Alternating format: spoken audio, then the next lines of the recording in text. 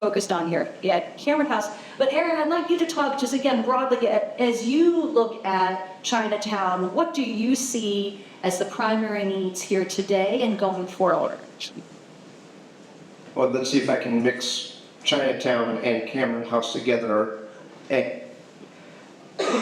Cameron House and Chinatown have, over the course of more than 100 years, figured out in the moment what the right next step is. I mean, this is an institution that evolved from rescuing girls who were indentured, sexual servants into an institution that has become really a living room for a generation of kids. It makes perfect sense, by the way, that nobody lives in Chinatown, but 2/3 of the room raised their hand that they grew up in Chinatown, because in many ways, Chinatown, through its isolation and ghettoization, has been an entry point and a jumping off point for generations. And keeping that and keeping this living room, I think, are the imperative of the future, both of Cameron House and of Chinatown.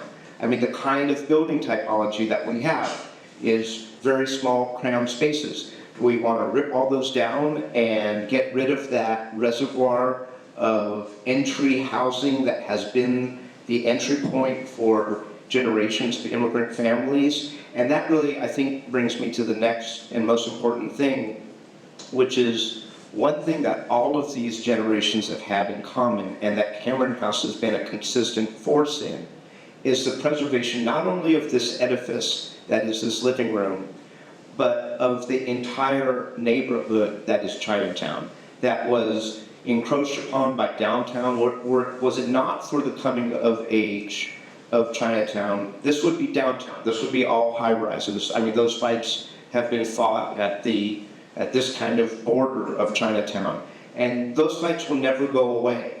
They will manifest differently, but I think that is the imperative for Chinatown and for Cameron House, while maintaining a balance that makes Chinatown attractive to people from all over the city and tourists, and keeps the economy thriving.